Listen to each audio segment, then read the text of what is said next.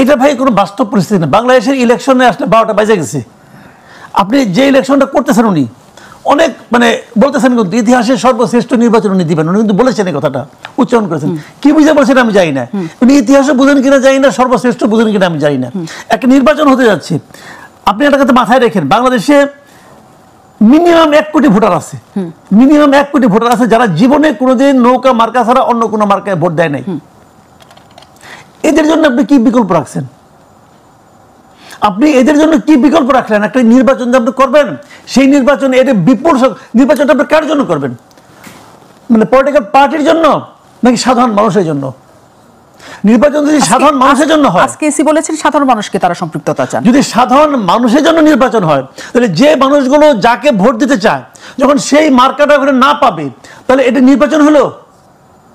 এবং এই নির্বাচনে বহুত বিপদে পড়বে গভর্নমেন্ট, এবং সবচেয়ে বড় বিপদে পড়বে যারা নির্বাচিত হয়ে আসবে তারা। সারা দুনিয়ার কাছে এই নির্বাচন কতটুকু গ্রহণযোগ্য হবে আমি জানি না, আমি বুঝতে পারি না। কারণ 2014 নির্বাচন আওয়ামী লীগ ক্ষমতায় আসছিল, ওই নির্বাচনটা খুব গ্রহণযোগ্য ছিল। ওই নির্বাচনের কথা যখন তারা নিজেরা উচ্চারণ করতো, খুব কি আনন্দের সঙ্গে উচ্চারণ করতো। তো এরকম একটা নির্বাচন আয়োজন করতে যাচ্ছেন ইউনূস সাহেব, এবং ভাবতেছেন যে ইতিহাসের সর্বশ্রেষ্ঠ নির্বাচন উনি করে ফেলাবেন। কিন্তু কেন করবেন ভাই? কিন্তু এই যে প্রেক্ষিত এখন চলছে, তাতে আওয়ামী লীগকে নির্বাচনের জন্য অনুমতি দেওয়াও কি আসলে অন্যরা মানবে? এটা তো আমি বলতে পারবো না। আওয়ামী লীগের নিষিদ্ধ আমি কই নাই, ওই ঝামেলা আমার ফেলান কেন? ওটা ইউনূস সাহেব বুঝবে, উনি কি কারণে করছেন, কি করছেন না করছেন উনি বুঝবে। এটা বিষয়টা কি হবে যে নির্বাচনে উনি যে কাজটা করতে যাচ্ছে, এই কাজটা করার পর সারা দুনিয়ার মানুষ কিন্তু উনি যা বলবে তা ওটাই কিন্তু হবে না, ওটা কিন্তু ওটা হবে না। কিন্তু হিউম্যান রাইটস ওয়াচ কি বলছে যে আগে যা ছিল মানবাধিকার পরিস্থিতি এখন ওরকমই আছে। এটা উনি মানবে যে ক্ষমতা থাকে সে মানে? আগে দেখতাম হাসান মাহমুদ বলতো না ওরা ভুল করছে, ওরা টাকা খাইয়া করছে, বিএনপি তাদের টাকা দিচ্ছে, জামাত তাদের টাকা দিচ্ছে বলছে। এখন কে টাকা দিচ্ছে? এখন আওয়ামী লীগ টাকা দিচ্ছে। তাহলে এই সমস্ত আন্তর্জাতিক সংগঠনগুলো কি বিরোধী থেকে মাল খায়? ভাই এইগুলো জানেন, শোনেন বিষয়টা হলো কি, ওই যে বলে না যে লাও সেই কদু, আসলে ওইটাই। মানে মুখে বলতেছে, কেউ কিছু বলার সাহস পাচ্ছে না, কেউ বলতে পারছে না। আপনি এমন একটা এনভায়রনমেন্ট আপনি ক্রিয়েট করছেন যে আওয়ামী লীগের লোক বলতে পারছে না যে আমি কোথায় ভোট দিব। Is it democracy? এখন জনগণের সম্পৃক্ততা চাচ্ছে সিইসি। তিনি বলছেন যে সবাইকে নিয়ে তিনি নির্বাচন করতে চান, যাতে দলগুলো ব্যাপারে তারা যত না আগ্রহী তার চেয়ে বেশি জনগণ যাতে 16 বছর যারা ভোট দিতে পারেন নাই তারা যাতে ভোট দিতে পারেন। আপনি বলছেন তাহলে যারা নৌকায় ভোট দিতেন তারা কাকে ভোট দিবেন? সেই প্রশ্নটা তো রয়ে যাচ্ছে, কিন্তু সেই প্রশ্নের উত্তর বা সেই পার্সেন্টেজ ভোটার কোথায় আসলে যাবে সেই উত্তর আমাদের কাছে এখনো জানা নাই। নিশ্চয়ই মুস্তফা ফিরোজের কিছু বলার আছে। মুস্তফা ফিরোজ, আমরা আসলে যে মাসুদ কামাল যে কথাগুলি বলছিলেন যে আপনি আওয়ামী লীগের ভোটাররা কই যাবে, মানে তারা কাকে ভোট দিবে, যে সংকটটা আমরা দেখেছি আওয়ামী লীগের 18 নির্বাচন 24 নির্বাচনে, যে ভোটাররা ভোট কেন্দ্রে যায় নাই কারণ তাদের হাতে আর কোনো বিকল্প ছিল না। হ্যাঁ, এবং আওয়ামী লীগ থেকে যারা দাঁড়িয়েছে তাদের জিতে যাবে জেনে তাদেরও ভোট দিতে যায় নাই। ওরকম প্রেক্ষিত তৈরি হবে এবার আপনার মনে হয়? দেখেন, এটা এখন খেলতে থাকবে। মানে জামাত নিশ্চিত হওয়ার জন্য এনসিপি আর একটু সময় নেওয়ার জন্য তাদেরকে হয়তো 2027-28 পর্যন্ত ইউনূস সাহেবকে রেখে, সেটা দেশে যে অবস্থায় হোক না কেন, তারা হয়তো চাইবে যে তাদের অবস্থানটা আরও ভালো হোক। এবং সত্যিকার অর্থে তাদের অবস্থা ভালো হচ্ছে, এনসিপি না, মানে জামাতের। তো জামাতের জন্য এইটা একটু আর্লিটা মানে একটু তাদের জন্য কঠিন হয়েছে। কঠিন হলেও মানে পরিস্থিতিটা কিন্তু বদলে গেছে, মানে আগের অবস্থায় নেই। কিন্তু এখন কথা হলো যে কোন রাজনৈতিক দল আসবে না আসবে। যেমন আগে এটা শেখ হাসিনার সময় আমরা এটি শুনতাম, কে আসবে না আসবে এটার ব্যাপার নির্বাচন কমিশনের ব্যাপার না, নির্বাচন কমিশনের ব্যাপার না, সরকারেরও ব্যাপার না। কিন্তু একটা ব্যাপার আছে, আপনার তো কাঠামো ছিল না, আপনি নির্বাচনটা কে করবে? ডক্টর ইউনূস, আমি মনে করি যে এই কাঠামোতেও ওনার অধীনে নির্বাচনটা হওয়া উচিত না, কারণ এই সরকার বিতর্কিত হয়েছে, এখনও 2জন উপদেষ্টা আছে, তার এটা আরও ক্লিয়ার করার দরকার ছিল। ফলে মানে একটা যদি তত্ত্বাবধায়ক সরকার আসে, সেই কাঠামোর অধীনেই নির্বাচনটা হবে, সেখানে কাউকে পা ধরে আনতে যাবে না। এখন ধরেন আমি নির্বাচনটাকে মানে ওই যে 1 কোটি ভোটার আওয়ামী লীগের, তা সেটার জন্য কি এখন এখান থেকে কি প্লেন ভাড়া করে দিল্লিতে যে শেখ হাসিনাকে রিকোয়েস্ট করবে? সেটা কি মানে বর্তমান রাজনীতি বাস্তবতা সেটা কি অ্যালাউ করে? করে না, তিনি হচ্ছেন একটা হত্যা মামলার মূল আসামি। তাহলে কে বিকল্প কোনো আওয়ামী লীগ তো তাকে রিপ্রেজেন্ট করেনি যে না ঠিক আছে আব্দুল হামিদ আর সেলিনা হায়াৎ আইবি নেতৃত্ব করে দিলাম, আচ্ছা ওদের সাথে তোমরা কন্ট্যাক্ট করো, বা তারা কোনো উদ্যোগ নেবে, তেমনও তো দেখা যাচ্ছে না। তাহলে কি করবে? তাহলে যেটা করবে, তত্ত্বাবধায়ক সরকার একটা হোক, নিউট্রাল নির্বাচন কমিশন থাকুক, ভাই আপনি আর ইচ্ছা হলে আপনি যান ইলেকশনে, না হলে যান, কারণ হাতে পায়ে ধরে ওই পার্টিসিপেশনটা। কিন্তু এই সরকার যদি বলে যে যার ইচ্ছা যান, তাতে এই সরকারের ক্ষেত্রে কি অসুবিধা? না, কোনো অসুবিধা নেই, কিন্তু ওই যে সরকারটা ঠিক থাকতে হবে, একটা তত্ত্বাবধায়ক সরকার থাকতে হবে। ইউনূস সাহেবও করতে পারতেন, কিন্তু ইউনূস সাহেবের ঘর তাহলে খালি করতে হবে, খালি করে এটা রিয়েল একটা নিউট্রাল গভর্নমেন্ট করতে হবে। যেটা কিন্তু বলা হচ্ছে যে উপদেষ্টাদের সাথে এনসিপির কোনো সম্পৃক্ততা নাই। কি সম্পর্ক নাই? 100% আছে, অবশ্যই আছে। স্বয়ং ডক্টর ইউনূসেরই আছে, ডক্টর ইউনূসেরই আছে, কারণ তার আশীর্বাদ না পাইলে এই ধরনের দুইজন উপদেষ্টা থাকে কি করে? সারা দেশে এই যে এনসিপির যে প্রোটোকল আমরা দেখলাম, মানে পুরো বাহিনী, নিরাপত্তা বাহিনীর সমস্ত পোর্শনগুলো দিয়ে যেভাবে মিছিল মিটিংগুলি করে, এটা তো নজিরবিহীন। এটা তো একটা সরকারি দল যেভাবে করে, শেখ হাসিনার সময় আওয়ামী লীগ যেভাবে করছে ঠিক সেভাবেই এনসিপি করছে। এটার জন্য ডক্টর ইউনূসের সরাসরি দায় আছে, এবং এটা কেউ হয়তো জবাব চাচ্ছে না, কারণ বিএনপি একটু নমনীয় হচ্ছে যে তারা মনে করে যে আচ্ছা যাই হয়েছে নির্বাচনটা হোক, তখন বোঝা যাবে ওই মাঠে। তো এইটাও করা উচিত হয়নি ডক্টর ইউনূসের। যতটুক তার দায় দায়িত্ব তো তার, মানে এখন যদি বলেন যে না আমি তো এগুলি করি না, কিন্তু না, আপনার সময় আপনার গভর্নমেন্টের অধীনেই তো। কিন্তু আজকে আসলে বিএনপির বিজয় মিছিল কি আপনার কাছে সেটা বার্তা দিচ্ছে যে এই আন্দোলনে আসার বিষয়ে, নির্বাচনে আসার বিষয়ে বিএনপির সামান্যতম দ্বিধা বা অন্য কিছু আছে, বা এই সরকারের আমলে এই সরকারের অধীনে তারা করতে চায় না, এমন কোনো ইঙ্গিত কিন্তু বিএনপির তরফ থেকে আমরা অন্তত দেখছি না। দেখছি না, তারা এটাকে মানে পাত্তা দিচ্ছে না। মানে এখন ওই মাহফুজ বা আসিফ থাকার কারণে যে খুব বেশি উল্টায় মানে ইয়ে করতে পারে তা না, কারণ প্রশাসন অলরেডি তাদের নিয়ন্ত্রণে চলে আসছে। এখন সমস্ত ডিসি, এসপি, ওসি সব তারা বিএনপি। তো সুতরাং এখন এইগুলি এবং নির্বাচনে তো এরাই ফ্যাক্টর। তো এই জন্য ওই 2-4জন মানে থাকাটা অস্বস্তিকর, কিন্তু এটা না বিশাল একটা অবস্ট্রাকল, সেটা তারা মনে করছে না। আর আমি বলি কি যে আমাদের একটা কাঠামোটা দাঁড় করানো দরকার, সেই কাঠামো যাতে কেউ না ভাঙে। এরপরে আপনাকে ছেড়ে দিতে হবে যে আপনার 2 কোটি ভোটার আছে, আপনার 1 কোটি ভোটার আছে, আপনাকে ওই নির্বাচন কমিশন বা তত্ত্বাবধায়ক সরকার দাঁড়ে দাঁড়ে যাবে না ভিক্ষা নিয়ে যে ভাই প্লিজ আসেন, তাহলে তো নির্বাচন অংশগ্রহণমূলক হচ্ছে না। আমরা যদি ওই কাঠামোটা একবার গড়ে তুলে দিতে পারি, একটা সেট, তারপরে নির্বাচন হোক, যার খুশি সে অংশ নিক, যার খুশি সে অংশ নিক না। কিন্তু আগের অবস্থাটা কী ছিল? আগে তো যেহেতু দলীয় সরকারের অধীনে নির্বাচন, তখন শেখ হাসিনার সরকারের দায়বদ্ধতা ছিল যে সবাইকে আনার, কিন্তু তারপরও সে আনে নাই, যার কারণেই তো আজকের এই পরিণতি, রাজনৈতিক এই বিপর্যয়। এখন এই বিপর্যয় থেকে উঠতে গেলে কি করতে হবে? তাহলে ওই সময় যে আন্দোলনের মূল দাবি ছিল যে তত্ত্বাবধায়ক সরকার চাই, তত্ত্বাবধায়ক সরকার অধীনে নির্বাচন হবে, ওই রকম একটা কাঠামোটা আমরা তৈরি করি, প্রডিউস করি, দেন রাজনৈতিক দলগুলো তার মতন করে। এখন আওয়ামী লীগ যদি মনে করে যে না তার সে যেটা করছে সেটাই ঠিক, কোনো ভুল নেই তার, সেই যেমন জামাত ইসলাম 71-এর কোনো ভুল স্বীকার করে না, এরাও তেমন মনে করে যে না তাদের কোনো ভুল নাই, সেই অবস্থান নিয়ে যদি আওয়ামী লীগ এখন বসে থাকে, তাহলে হাতে পায়ে ধরে এই নির্বাচনে অংশগ্রহণ করানোর দায় এটা কারোরই নেওয়া উচিত না।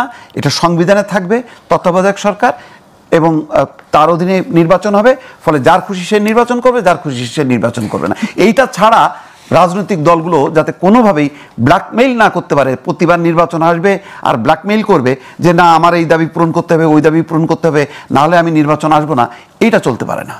মাসুদ কামাল, যে প্রসঙ্গটি আসছে মোস্তফা ফিরোজও প্রথমেও সেটা বললেন, এবং আজকে যেটা হয়েছে মির্জা ফখরুল ইসলাম আলমগীরও বলেছেন একটা সংবাদ সম্মেলনে, যে এই নির্বাচনটা আসলে 3 মাসেই করা সম্ভব, এবং আইন শৃঙ্খলা বাহিনীর যে পরিস্থিতি তারা দেখতে পাচ্ছেন তাতে তাদের মনে হচ্ছে যে নির্বাচনটা যে কোনো সময় করার মতো পরিস্থিতি বাংলাদেশের তৈরি আছে। কিন্তু আইন শৃঙ্খলা পরিস্থিতি আমরা যা দেখছি সাধারণ জনগণ হিসেবে, তাতে নির্বাচন, এত বড় একটা জাতীয় নির্বাচন এত বছর পর করার জন্য আসলে আপনি মনে করেন যে সম্ভব? এটা আসলে এখনকার পরিস্থিতি সম্ভব? কেন সম্ভব হবে না? নির্বাচন তো মনে করেন এক মাস জুড়ে হবে না, তাই না? নির্বাচনের সময় যদি আমি মনে করি যে পুলিশ অপ্রতুল, আর্মি তো এখনই ম্যাজিস্ট্রেসি পাওয়ার নিয়ে মাঠে আছে না? তো আর্মিকে আপনি ডেপ্লয় করবেন, আর্মি এই কাজ করতে পারবে না। আর্মি তো দেশের নানা রকম আপনার নানা রকম দুর্ঘটনা, দুর্বিপাকে তো আসে মাঠে, আসে না? তো আমাদের জন্য এর চেয়ে বড় কি আছে, ঘটনার কি আছে? এই ঘটনা তো আসবে, মাঠে নামবে, আইন শৃঙ্খলা রক্ষা করবে। তাদের কাজ তো ভোটারকে এনে ভোট দেওয়ানো না, তাদের কাজ হলো ভোট প্রদানের ক্ষেত্রে যদি কেউ বাধা দেয় সেটাকে আটকাবে। কেউ দুর্নীতি করলে, কেউ সমস্যা করলে, সন্ত্রাসী করলে সেটা আটকাবে। আমি তো কোনো প্রবলেম দেখি না। নির্বাচন হওয়া সম্ভব, 3 মাসে হওয়া সম্ভব। আমি তো শুরু থেকেই বলতেছি নির্বাচন হওয়া উচিত ছিল অক্টোবর থেকে, সেখান থেকে আপনি দিলেন ডিসেম্বরে, বিএনপি নিল ডিসেম্বরে, ঠিক আছে, ডিসেম্বরে মানা যায়। ফেব্রুয়ারি নির্বাচন তো ভালো হবে না, ফেব্রুয়ারির সময়টা খুব সুইটেবল টাইম না, কারণ ফেব্রুয়ারির কদিন পরে হবে আপনার রোজা, এবং বাংলাদেশের রোজার সময় দ্রব্যমূল্য নিয়ে একটা ক্যাচাল বাজেই, সবসময় বাজে। নতুন গভর্নমেন্ট দায়িত্ব নিয়েই ওই ক্যাচালের মধ্যে পড়বে। এটাও একটা ইন্টেনশনালি হইতে পারে যে নতুন যারা গভর্নমেন্ট হবে তাদেরকে এরা বুঝাইলো যে তুই ক্ষমতায় যেতে চাস, দেখ কেমন লাগে, এটা বুঝাই দিল আর কি। এটাও হইতে পারে। কিন্তু বিএনপির উচিত ছিল কোনো অবস্থাতে ডিসেম্বর থেকে একদিনের পরে না যাওয়া। বিএনপি কি কেমন গেছে, বিএনপি মনে করছে যে কোনো মতো খালি চেয়ারে বসলে যে আনন্দ আর আনন্দ, ওই আনন্দের আশায় গেছে আর কি। যা কিছু করে সব মানে খালি ইলেকশনটা আমাদের দাও, ফেব্রুয়ারিতে দাও, ভালো হচ্ছে না এটা। কিন্তু এটা আরও আগে হওয়া হচ্ছিল।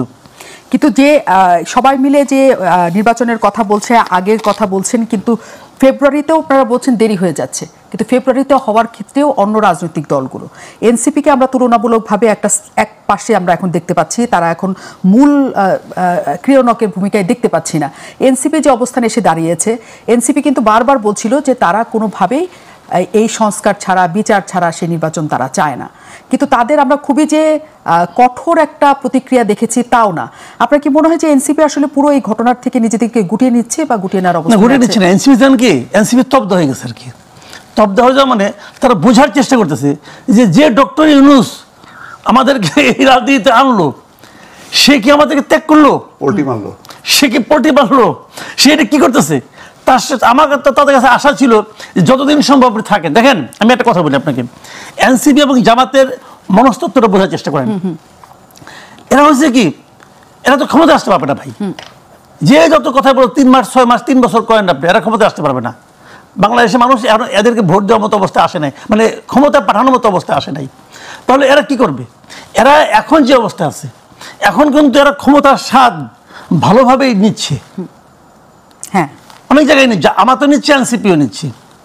তা না হলে কালকে টিএসসিতে ওই যুদ্ধাপরাধীদের ছবি টাঙানোর সাহস তারা করতো না। ওই কারণে ক্ষমতার স্বাদ দিচ্ছে। এখন যেই ক্ষমতায় আসুক, যদি বিএনপি ক্ষমতায় আসে, এই স্বাদ নিতে পারবে না তো। যত জায়গায় যত কিছু আছে থাকবে।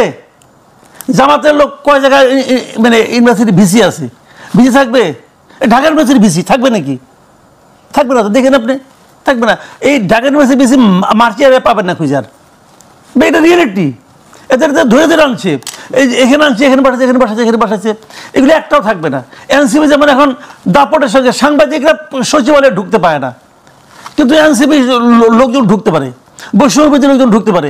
এরা ঢুকে ওখানে কি করে যাতে এটা কেউ প্রকাশ না করে, এই জন্য অ্যাক্রেডিটেশন কার্ড বাতিল হয়ে গেছে, যে ওটা কেউ যাতে না দেখে। ভাই এগুলো আমরা বুঝি না নাকি? সবই তো উন্নয়নের জন্য, এগুলো যখন থাকবে না তো, যেখানে যায় তারা যেরকম প্রোটেকশন পায় গভর্নমেন্টের কাছ থেকে, নতুন গভর্নমেন্ট আসলে পাবে প্রোটেকশন। সেই ক্ষমতার সাথে শুধু জামাত পাচ্ছে নাকি এনসিপি আসলে? জামাতও পাচ্ছে, এনসিপি পাচ্ছে।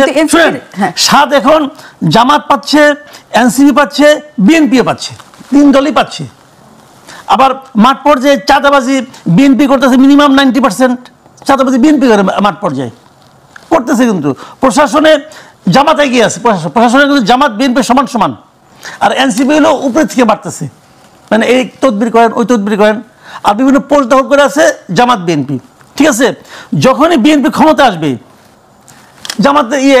জামাতের কেউ থাকবে নাকি এনসিপি কেউ তখন যে সচিবালয়ে যে ধমক দিতে পারবে না তো। এই যে মজাটা এখন পাচ্ছে, এই মজা তো পাবে না। এখন এর মধ্যে মনে করেন আপনার জামাতের একটা খুঁটি আছে, যে আমার একটা দল আছে, তার একটা আছে। এনসিপির কি আছে? এনসিপি ডক্টর ইউনূস আছে। এখন ইউনূস ফেব্রুয়ারিতে ইলেকশন হবে, ওর তো রীতিমতো অধিক সঙ্গে পাথর হয়ে গেছে। এটা কি হলো? কিন্তু সেই পাথর হওয়ার সময়টাতে আমরা খুবই অদ্ভুত একটা ঘটনার মধ্যে দিয়ে গতকাল আমরা সবাই ছিলাম। সেটা হচ্ছে 5 শীর্ষ নেতা তাদের যেদিন জুলাই ঘোষণাপত্র এবং যেদিন আসলে বর্ষপূর্তি, যার জন্য তারা সম্মুখ সারির যোদ্ধা ছিলেন, তারা কক্সবাজার বেড়াতে চলে গিয়েছেন তাদের তথ্য মতে। এনসিপির এই অবস্থান এবং মুস্তাফা ফিরোজ যেটা বলছেন যে এনসিপি তো আসলে সরকার যেহেতু এনসিপিকে এক ধরনের প্রশ্রয় দিচ্ছে, কাজেই এই সরকার তার নিরপেক্ষতা হারাচ্ছে। আসসালামু আলাইকুম প্রিয় দর্শক, প্রফেসর নাজমুল হাসান কলিমুল্লাহ বেগম রোকেয়া বিশ্ববিদ্যালয়ের সাবেক উপাচার্য, তাকে আজ বৃহস্পতিবার মোহাম্মদপুরে তার নিজের যে বাসা, সে বাসা থেকে গ্রেপ্তার করা হয়েছে। তাকে গ্রেপ্তার করা হয়েছে দুদকের একটা মামলায়। মানে উনি যখন এই বিশ্ববিদ্যালয়ে, বেগম রোকেয়া বিশ্ববিদ্যালয়ের মানে ভিসি ছিলেন, উপাচার্য ছিলেন, তখন ওনার কিছু কর্মকাণ্ডের ব্যাপারে দুর্নীতির অভিযোগ উঠেছে। সেই অভিযোগে তাকে গ্রেপ্তার করা হয়েছে। দুদকের মামলায় এরকম অনেককে গ্রেপ্তার করা হয়, আবার গ্রেপ্তার করা হয়ও না, সেগুলো নিয়ে নানা আলোচনা। কিন্তু সেরকম একটা ঘটনা নিয়ে আজকে আমি কথা বলছি। কেন আমি কথা বলছি? এই কারণে যে আজকে আমার একটা ভিডিওতে কয়েকজন দর্শক কিছু মন্তব্য করেছেন। সেই মন্তব্যগুলো আগে আপনাদের একটু আমি পড়ে শোনাই। এই মন্তব্যটা করা হয়েছে আমার অন্য মঞ্চ নামে যে আরেকটা ভিডিও চ্যানেল আছে, যেখানে আমি বিভিন্ন ধরনের ইন্টারভিউ প্রচার করি। সেখানে আজকে আমি মিস্টার মনির আহমেদ চৌধুরীর ইন্টারভিউ প্রচার করছিলাম। উনি অন্য অনেক বিষয় নিয়ে কথা বলেছেন, এনসিপি নিয়ে, বর্তমান গভর্নমেন্ট নিয়ে কথা বলেছেন। তো সেইখানে সেটা লিখেছেন মিস্টার বেলাল হোসেন। তিনি লিখেছেন, অন্য মঞ্চ রেখে নিরাপদে চলে যান, এবার আপনার পাড়া কামাল ভাই, কলিমুল্লাহ স্যার কোট করেছে। মানে কলিমুল্লাহ সাহেব ধরা পড়েছে, অতএব আমার পালা, আমাকে অন্য মঞ্চ যে আমার ওই ভিডিওর যে ইউটিউবের যে চ্যানেলটা, সেটা রেখে আমাকে চলে যেতে বলেছে, মানে বন্ধ করে দিতে বলেছে। এখন প্রশ্ন হলো যে কলিমুল্লাহ সাহেবকে কোট করেছে, তাহলে আমার পালা কেন হবে? আমার সঙ্গে কলিমুল্লাহ সাহেবের মিলটা উনি কোথায় খুঁজে পাচ্ছেন? দেখুন, আমার নামে দুদকের কোনো মামলা নেই, আমার নামে কোনো বিষয়ে কোনো মামলা নেই, কারো কোনো মামলা নেই। আমি একজন মামলাহীন ব্যক্তি। আমি অবশ্যই একজনের মধ্যে একটা মামলা করেছি, সেটা হলো একজন আমার কাছ থেকে কিছু টাকা ধার নিয়ে টাকা দেয়নি, ওটা চেকের মামলা, চেক ডিজনারের মামলা, ওটা আমি করেছি। সেটাও প্রায় 5-6 বছর আগের কথা, সেই মামলা এখনো শেষ হয়নি। যাক, সেটা অন্য হিসাব, অন্য দিনে বলবো নি কাহিনী। তো যেটা বলছিলাম, তাহলে আমাকে চলে যেতে হবে কেন? এই প্রশ্নটা কিন্তু আমাকে খুব টাচ করেছে। তাহলে কলিমুল্লাহ সাহেবের সঙ্গে ওনারা কোথায় মিলটা পেলেন? মিলটা এক জায়গায় পেয়েছেন, সেটা হলো কলিমুল্লাহ সাহেব বিভিন্ন টকশোতে যান এবং বিভিন্ন কথাবার্তা বলেন। আমিও বিভিন্ন টকশোতে যাই, আমিও কথাবার্তা বলি। কলিমুল্লাহ সাহেব আমার চেয়ে বেশি যান, দেশে বিদেশে। ওনার প্রচুর মানে ওনার ভক্ত টাইপের লোক আছে, জানি ওনার কথা শোনেন। এবং ওনার কথার মধ্যে অনেক সময় মানে উনি এমন কিছু কথাবার্তা বলেন যেটাকে অনেকে আক্রমণাত্মক মনে করতে পারে, অনেকে গুজবও মনে করতে পারে। কিন্তু আমি ওনার সঙ্গে আলাপ করে দেখেছি, উনি আমাকে বলেছেন যে আমার কাছে মানে ইনফরমেশন নাই, ডকুমেন্ট ছাড়া আমি কোনো কথা বলি না। এটা ওনার ভাষ্য। উনি কিন্তু আমার এই অন্য মঞ্চ চ্যানেলে উনি আসতেন, বহুবার এসেছেন। যখন ওনার বিরুদ্ধে জুন মাসে এই দুদকের মামলাটা হয়, তখন কিন্তু আমি ওনার একটা ইন্টারভিউ করেছিলাম। এবং ওই দুদকের মামলার যে অভিযোগ ওনার বিরুদ্ধে আছে, এবং এই মামলার বাইরেও যে অভিযোগ ওনার বিরুদ্ধে আমারও ছিল, আমি সে সমস্ত সব প্রশ্ন ওনাকে করেছি। আপনি যদি অন্য মঞ্চ চ্যানেলে যান, তাহলে সেটা দেখতে পারবেন, ওইটা এখনো আছে। তো ওখানে আমি অনেক প্রশ্ন উনি করেছি, উনি ওনার মতো করে জবাব দিয়েছেন। আমাদের প্রশ্নের জবাব উনি কি দিয়েছেন, সেগুলো গ্রহণযোগ্য কিনা, এটা দর্শকরা বলতে পারবে, ওটা নিয়ে আমার কোনো বক্তব্য নাই। কাজে উনি আমার চ্যানেলে বেশ অনেকবার এসেছেন, প্রায় 10-15 দিন পর পরে একবার করে আসতেন, ওনাগুলি প্রচার করতাম। আমি দেখতাম দর্শকরা ওনাকে বেশ পছন্দও করেন। এখন কেন পছন্দ করেন তা তো আমি বলতে পারবো না, হয়তো দর্শক যেভাবে ভাবেন সে ভাবনার সঙ্গে ওনার বক্তব্য মিলে যায়, হয়তো এই জন্যও করেন, সেটাও হতে পারে। ওটা নিয়ে আমার কোনো বক্তব্য নেই। আবার দেখেন, আরেকটা কথা বলি, এই ঘটনার প্রেক্ষিতে আরেকজন লোক, উনি একজন সাংবাদিক, উনি আপনার এনটিভির একজন মানে বার্তা সম্পাদক, মিস্টার মুস্তফা খন্দকার, উনি একটা কমেন্ট করেছেন, ওনার ফেসবুকে একটা স্ট্যাটাস দিয়েছেন, পোস্ট দিয়েছেন। সেখানে উনি লিখেছেন, গুজবের ফ্যাক্টরি কলিমুল্লাহকে গ্রেফতার করায় আইন শৃঙ্খলা বাহিনীকে সাধুবাদ। মানে উনি কলিমুল্লাহ সাহেবকে গুজবের ফ্যাক্টরি হিসেবে অভিহিত করেছেন। যেহেতু কলিমুল্লাহ সাহেব প্রচুর গুজব ছড়ান এবং উনি গুজবের ফ্যাক্টরি, ওনাকে যেহেতু আটক করা হয়েছে, এই জন্য যারা আটক করেছেন তাদেরকে উনি ধন্যবাদ দিয়েছেন। কিন্তু মুস্তফা খন্দকার সাহেবকে আমি জানি না উনি কেন এটা লিখেছেন। আমার কাছে ওনার লেখাটা মানে এই জিনিসটা পছন্দ হয়নি কেন সেটা আমি বলি। ওনাকে তো এই গুজবের কারণে গ্রেপ্তার করা হয়নি। ওনাকে আপনি যদি মনে করেন উনি গুজবের ফ্যাক্টরি, আপনি যদি মনে করেন ওনার কথাগুলো গুজব, কোনো তথ্য নাই, কোনো ভিত্তি নাই, যদি মনে করেন আপনি, তো সেক্ষেত্রে ওনাকে যদি এই কারণে গ্রেপ্তার করা হতো তাহলে আপনি আনন্দিত হতে পারতেন। তা তো হয়নি। ওনাকে গ্রেপ্তার করা হয়েছে আরো অনেক আগের উনি আপনার রোকেয়া বিশ্ববিদ্যালয়ে ভিসি ছেড়েছেন, সেটাও তো প্রায় কয়েক বছর হয়ে গেল। সেই সময়ের একটা ঘটনাকে কেন্দ্র করে গত মাসের মানে জুন মাসের 15 তারিখে ওনার বিরুদ্ধে মামলা করা হয়েছে এবং সেই মামলায় ওনাকে আজকে গ্রেপ্তার করা হলো। এখন আমি যদি বলি যে উনি ওই ভিসি পদ ছাড়া উনি যখন ভিসি ছিলেন তখন মনে করা হতো উনি হয়তো সরকারের সুবিধা মানে আওয়ামী লীগ সরকারের সুবিধাভোগী একজন লোক, এবং ওই পদ ছাড়ার পরে আমরা দেখেছি গত সরকারের আওয়ামী লীগ সরকারের শেষ দিকে উনি কিন্তু আওয়ামী লীগের প্রচুর সমালোচনা করতেন এবং সেগুলিকে আমাকে বাহবা দিত। যদি গুজবের ফ্যাক্টরি হয় তাহলে তখনও গুজব ছিল, তখন সেটাকে সবাই বাহবা দিত। আবার যখন এই গভর্নমেন্ট আসলো মানে ইউনিসের গভর্নমেন্ট আসলো তখনও উনি অনেক কথা বলেন যেগুলো নাকি সরকারের সমালোচনাই হয়, সরকারের বিরুদ্ধে যায়। আমি বুঝতে পেরেছি মুস্তফা খন্দকার এগুলো তো গুজব মনে করছেন, সমস্যা নেই, মনে করতে পারেন, ওনার যদি তথ্য থাকে মনে করতেই পারেন, কিন্তু ওনাকে তো এই কারণে গ্রেপ্তার করা হয় নাই, ওনাকে আগের একটা মামলা দেখায় গ্রেপ্তার করা হয়েছে। আমি এই যে প্রবণতাটা এটাকে আমি অপছন্দ করি। ধরেন আমি একজন লোক, সে আমার বাড়ি থেকে কিছু একটা চুরি করেছে, হয়তো আমার বাড়ি থেকে মুরগি চুরি করেছে, ধরা যাক মুরগি চুরি করেছে, সে রাস্তায় হাঁটতে যেয়ে তাকে আমি বিচার করছি না কিছুই না, রাস্তায় হাঁটতে যেয়ে সে হোঁচট খেয়ে পড়ে গেল, পড়ে যায় তার হাত ভেঙে গেল, আমি তাকে হাততালি দেবো? দেবো না তো, দেবো না। এই কারণে আমি খুশি হতাম যদি সেটা এই মুরগি চুরির জন্য সে সাজা পেত। তো বিষয়টা এভাবে দেখলে আমি মনে করি ভালো হয়, কারণ ব্যক্তিগত পর্যায়ে সম্পর্কটাকে নিয়ে যাওয়া ঠিক না। যাও, ওনাকে গ্রেপ্তার করা হয়েছে। দুদকের মামলায় কি এটি প্রথম গ্রেপ্তার হলো কেউ?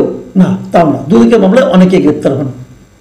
যারা প্রকৃত অপরাধী, যাদের বিরুদ্ধে বড় বড় অপরাধ, সবাইকে গ্রেপ্তার হন না? তাও হন না, সেটাও হন না। আচ্ছা, দুদকের মামলায় তো কয়েকদিন আগে তো আপনার এই যে আসিফ মাহমুদ সজীব ভুঁইয়ার APS এর বিরুদ্ধে তো অনেক টাকা দুদকের মামলা হয়েছে, প্রায় 300 কোটি টাকার মতো তার বিরুদ্ধে তসরুপ অভিযোগ হয়েছে।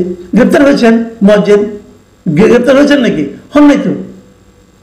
আবার স্বাস্থ্য মন্ত্রণালয়ের তার যে ব্যক্তিগত কর্মকর্তা পিও মোহাম্মদ তুহিন ফারাবি এবং বর্তমান যে পিও আছে মাহমুদুল হাসান, এদের বিরুদ্ধে তো দুদকের মামলা হয়েছে, গ্রেপ্তার হয়েছে কেউ? হয়নি তো। ওদের দুর্নীতির মামলার অর্থের পরিমাণ কত? সত্য হতে পারে, মিথ্যা হতে পারে, অভিযোগ হতে পারে, সবই হতে পারে ভাই, কিন্তু ঘটনা তো ঘটেছে। এইটাও তো কলিমুল্লাহ সাহেবের ঘটনা তো সত্য মিথ্যা অনেক কিছু হতে পারে, দেখা যাক মামলায় কি হয়। এই মামলা হলেই সবাই গ্রেপ্তার হয় তা না। এইখানে হলো আতঙ্কের বিষয়টা, যে দুদককে কি তাহলে রাজনৈতিক মানে হাতিয়ার হিসেবে ব্যবহার করা হচ্ছে, যেটাকে আগের গভর্নমেন্ট করতো। আগের গভর্নমেন্ট দেখতো যারা তার বিরোধী, যারা তার সমালোচনা করে তাদের ধরে ধরে গ্রেপ্তার করতো দুদকের মাধ্যমে, পুরোনো একটা মামলা দেওয়া। এই সরকারও কি সেই পথে হাঁটছে? যদি সেটা হয় তাহলে সেটা হবে সবচেয়ে বেদনাদায়ক। কারণ এই সরকার তো হাসিনার সরকার না, এই সরকার হাসিনার সরকারকে অনুসরণ করবে, তাদের প্রধানকে অনুসরণ করবে, এটাও তো আমি চাই না। যদি কলিমুল্লাহ সাহেব গুজব রটনা করে থাকে তাহলে সেটা কোনটা গুজব সেটা আইডেন্টিফাই করে সেই ব্যাপারে মিথ্যা তথ্য দেওয়ার অপরাধে তার বিরুদ্ধে মামলা করা হোক। তা না করে এটা কেন করা হচ্ছে? সাধারণ মানুষ কিন্তু এটাকে ওভাবেই দিবে। এই ব্যাপারে কি সরকার সচেতন আছেন? আমার মনে হয় থাকা উচিত, না হলে এগুলো পরবর্তী সময় কিন্তু থেকে যাবে। এই উদাহরণগুলো, এগুলি কোনো ভালো উদাহরণ নয়। প্রিয় দর্শক, এখন এ পর্যন্তই। আল্লাহ হাফেজ।